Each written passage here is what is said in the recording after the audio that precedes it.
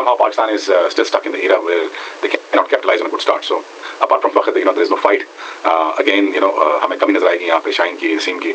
I mean again, the specialist bowler for G20. Bangladesh ने कहना पड़ेगा बासानी पाकिस्तान को शिकस्त दे दी और पहली दफा ऑल आउट किया है बांग्लादेश के बॉलर्स ने पाकिस्तानी टीम को T20s में. क्या वजह थी ये मैच जो हाथ से निकल गया Pakistan? It was a heartbreak for Pakistan. हाँ, 4-5 महीने का वक्फा भी आया था, थोड़ा सा सेटल डाउन होते हैं, थोड़ा सा टाइम लेते हैं, बट ये इंटरनेशनल प्लेयर्स हैं, इनके लिए इतने एक्सक्यूजेस होते नहीं हैं. पाकिस्तान की टीम बहुत आराम से हार गई बांग्लादेश से. यही पाकिस्तान की टीम और यही यंग लड़के, जितने भी यंग लड़के थे, ये सब पाकिस्तान की तरफ से खेल रहे थे जब बांग्लादेश की टीम पाकिस्तान आई थी और ठीक ठाक किस्म का फेंटा लगाया गया था. लेकिन पाकिस्तान की गलतियों के ऊपर यह कहना कि इसको वापस ले आओ, उसको वापस ले आओ, अपने यंगस्टर्स की लेग पुलिंग करना, उनको जलील करना, उनको तरह तरह के टैग्स देना एक गंदे मैच के बाद.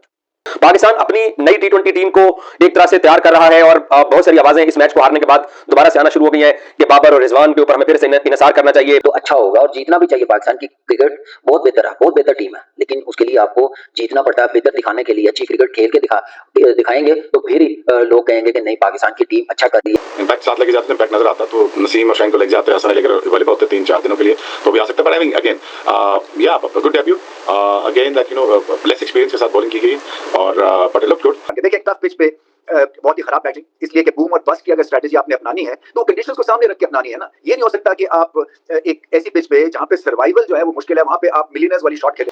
जी, एक्सक्यूजेस नहीं होते. और माइक हैसन का जो स्टेटमेंट था वो भी बड़ा जवाब था. देते हैं स्टेटमेंट, लेकिन हमें मालूम है कि बांग्लादेश का वेदर कैसा होता है, बांग्लादेश की पिचेस कैसी होती हैं, तो बार स्कोर हमें मालूम चल रहा है. तो उसके बाद कंप्लेन करना वो शायद नामुनासिब था. और नजर भी आ रहा था कि बांग्लादेश की टीम बेबस है. लेकिन जब ये सीरीज हो रही थी पाकिस्तान की बांग्लादेश में, हमें जब ये पता था कि बांग्लादेश में जाना है तो फिर जरूर कोई ना कोई प्रॉब्लम पाकिस्तान को होगी. या 1.5-2 घंटे की गंदी क्रिकेट के बाद ये भी ठीक नहीं है. अगर आप लोग इन लड़कों को बनने ही नहीं देंगे, अगेन मैं मानता हूं इन्होंने गलतियां की हैं, मैं इन सब की गलतियों पे डिटेल में बात करूंगा, एक एक बंदे की.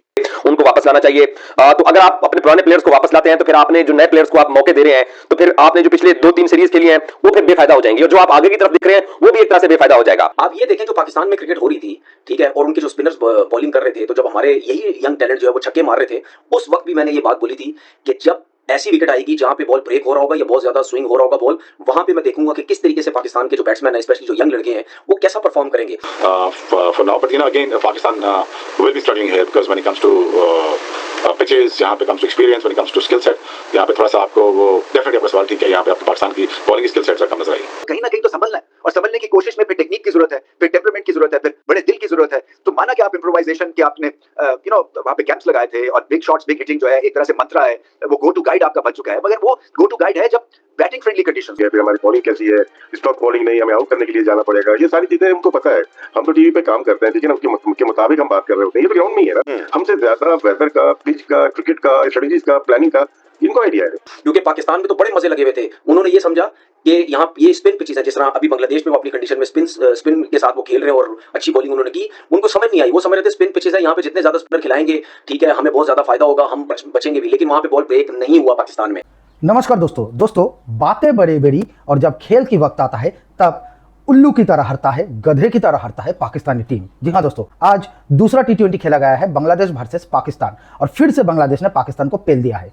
खेलना तो आता नहीं है इन लोगों को, बल्कि बड़ी बड़ी बातें करना आता है. BCCI को गाली देगा, इंडियन क्रिकेटर्स को गाली देगा, इंडियन एक्स क्रिकेटर्स को गाली देगा, इंडियन लेजेंडरी क्रिकेटर्स को गाली देगा, दिन भर इंडिया के बारे में जहर उगलेगा और जब बारी आएगी खेल की तब हार के जाएगा. ऐसी बेगैरत, ऐसी घटिया, ऐसी गधा देश और ऐसा मूर्ख टीम पूरी दुनिया में नहीं होगा. खैर दोस्तों, फिर से बांग्लादेश ने पाकिस्तान को पेल दिया है और आज पाकिस्तानी मीडिया का रोना धोना इस वीडियो में आपको देखने को मिलने वाले हैं. वीडियो पसंद आता है तो वीडियो को लाइक, शेयर और चैनल को सब्सक्राइब जरूर से कीजिएगा. चलिए देखते हैं इस वीडियो को. पाकिस्तान ने बेतुकी बैटिंग की और शॉट्स मार मार के कई बल्लेबाज आउट हो गए, बट ओवरऑल प्रेशर क्रिएट रखा बांग्लादेश ने बॉल के साथ. बैटिंग में भी कुछ ऐसे ही दिखा के प्रेशर रखा उन्होंने पाकिस्तानी बॉलर्स पे. बॉलिंग जो थी वो इसलिए मैं कहता हूं कि एक्सपेरिमेंटल मोड में रही, कभी पीछे कभी आगे, कभी स्लोअर बॉल, कभी क्रॉस सीम. सो कोई कंसिस्टेंसी दिखी नहीं और इस पिच पे आपको कंसिस्टेंसी चाहिए थी. विकेटें मिलनी थी आपको एक जगह बॉल करके, क्योंकि कुछ बॉल ऊपर हो रहे थे, कुछ नीचे रह रहे थे, तो आपको रिजल्ट मिल जाने थे. इसी तरह से स्पिनर्स ने भी इन पैचेस ठीक बॉल किए, बट ओवरऑल बहुत कमी रह गई. बांग्लादेश को बहुत ज्यादा एक प्लस मिलेगा इस विन के साथ. इस तरह से ऑल आउट किया पाकिस्तान के बल्लेबाजों को और फिर फुल हाउस के सामने, जो कि इनका एक बहुत बड़ा स्ट्रॉन्ग पॉइंट है. इनके सबसे स्ट्रॉन्ग जो पॉइंट, इनका जो 12th मैन है वो इनका क्राउड है, इनके फैंस हैं, वो हमेशा बैक करते हैं बांग्लादेश को. सो 3-0 हारने के बाद पाकिस्तान में ये ग्रेट बिगिनिंग है और पाकिस्तान को अब एडजस्ट करना है. कंडीशंस को सामने रख के इस तरह से बैटिंग बूम और बस्ट वाली जो स्ट्रेटजी जो पाकिस्तान अपना रहा है, वो बैटिंग सर्विसेज पे तो ठीक है, मगर बॉलिंग फ्रेंडली सर्फेसेस पे किसी ना किसी को टेक्निकल हैंड खेलने की जरूरत है। ये जितने भी आप यंग लड़के लेके गए ना, मैं इनके कभी अगेंस्ट नहीं हूं, मैं इनकी सपोर्ट में हूं। एक चीज मैं ये कहता हूं, एक तो इनको जल्दी बहुत लाया जाता है क्योंकि इनको कोई डोमेस्टिक का कोई क्रिकेट का एक्सपीरियंस नहीं होता, क्योंकि टैलेंट तो है लेकिन जहां पे इनकी सपोर्ट की पिचेस होती है वहां कहीं ना कहीं या वीक बॉलिंग लाइनअप होती है, वहां कहीं ना कहीं ये अच्छा परफॉर्म कर जाते हैं। लेकिन जहां पे बॉलर की सपोर्ट होती है इनको प्रॉब्लम्स होती है। मैं हमेशा बोलता हूं और बोलता रहूंगा, आज भी बोलूंगा, ठीक है। आप लोगों को बाबर आजम हो गया, रिजवान से बहुत तकलीफ है, ठीक है। उनको क्रिकेट की वजह से नहीं, इनको प्री प्लान बाहर किया गया है, समझ आ गई। इनके होते हुए आप इन यंगस्टर्स को खिलाएं। अगर ये पिचेस हैं, इतनी मुश्किल पिचेस हैं जहां बॉल ब्रेक हो रहा है, बल्ले पे बॉल नहीं लग रहा है, जहां सीधा खेलना है, वहां पे आपके पास ऐसे प्लेयर्स होने चाहिए कि जो सिंगल डबल्स लें, गैप शॉट्स खेले, थोड़ी लंबी इनिंग खेलें। कहां गया स्ट्राइक रेट? 60 से ज्यादा तो डॉट बॉलें खेली हमारे प्लेयरों ने। उसकी वजह ये है, डॉट बॉल इस वजह से खेली क्योंकि वो टेक्निकली इतने अच्छे है ही नहीं, सिंगल डबल्स के प्लेयर ही नहीं है। जहां बॉल मुश्किल हो रहा है वहां वो शॉटे मारते हैं, वो शॉट्स खेल के अपने आप को उस मुश्किल टाइम से निकालने की कोशिश करते हैं। ऐसा नहीं होता, जहां बॉल मुश्किल हो रही है खेलना, वहां सिंगल डबल्स वाला प्लेयर चाहिए होता, तब आपका मुश्किल टाइम गुजरता है। ये जो प्लेयर्स हैं जिनके दिमागों में आपने चीज डाल दी है और बेड़ा गर्क कर रहे हैं उनका, जो थोड़ा बहुत बांग्लादेश की सीरीज में बेहतर खेल रहे थे, ये आगे चल के शायद बेहतर होंगे। ये कैंप लगा के, ये पावर हिटर सबको बना के फलाना करके जो बेड़ा गर्क उनका करेंगे, ये आप देख लेना, यही कुछ होगा। ये जितने भी प्लेयर्स हैं ना, ये प्लेयर ऐसे हैं कि जो इन्होंने एक आध इनिंग में बहुत अच्छी क्रिकेट खेल लेंगे, जहां पिच से इनको थोड़ी बहुत सपोर्ट मिलेगी, जहां स्पिन या स्विंग सीम ना हुआ वहां फैटा लगा सकते हैं। उसके बाद 6-8 इनिंग में ये कुछ नहीं करेंगे।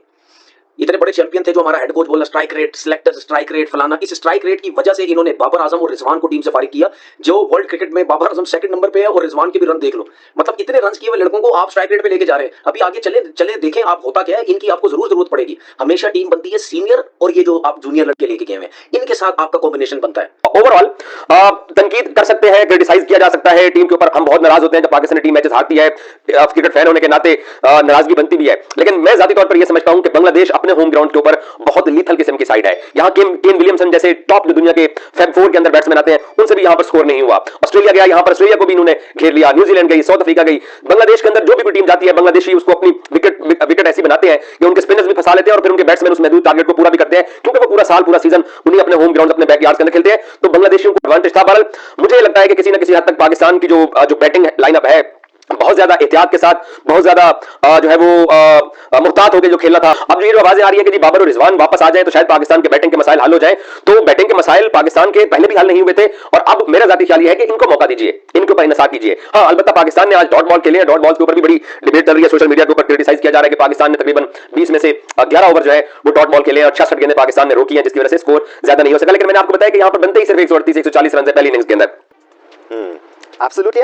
मैं समझना चाहता हूं, हम मॉडर्न डे क्रिकेट की बात करते हैं, हम कहते हैं हम अपना स्टाइल ऑफ प्ले चेंज कर चुके हैं, लेकिन क्या मॉडर्न डे क्रिकेट का मतलब ये है कि आप सिचुएशन के हिसाब से ना खेलें? अगर आपकी विकेट जल्दी गिर जाती हैं या पिच ऐसा नहीं है जहां आप थ्रू द लाइन खेल सकते हैं और स्लॉक कर सकते हैं, तो क्या वक्त का तकाजा? अहमद से हमारा राब्ता मुनक़ता हो गया, तो सिकू भाई ये सवाल आपके लिए, तो क्या प्रोफेशनल क्रिकेट का तकाजा ये नहीं है सिकू भाई कि आप सिचुएशन के हिसाब से खेलें, या आपके अंदर इतनी स्किल ही नहीं है कि आप विकेट पर रुक सकें? देखिए, मेरे कल इसी बात पे मैंने कल यही जिक्र किया था कि उनका जो ये बयान था कि जी पिच स्टैंडर्ड की नहीं थी, तो उनको क्या पिच भी आगे नहीं देखी थी, उनको देखना चाहिए था, फिर उसके बाद फैसला करना चाहिए था। आप हर मैच 150 के स्ट्राइकिंग रेट से नहीं खेल सकते।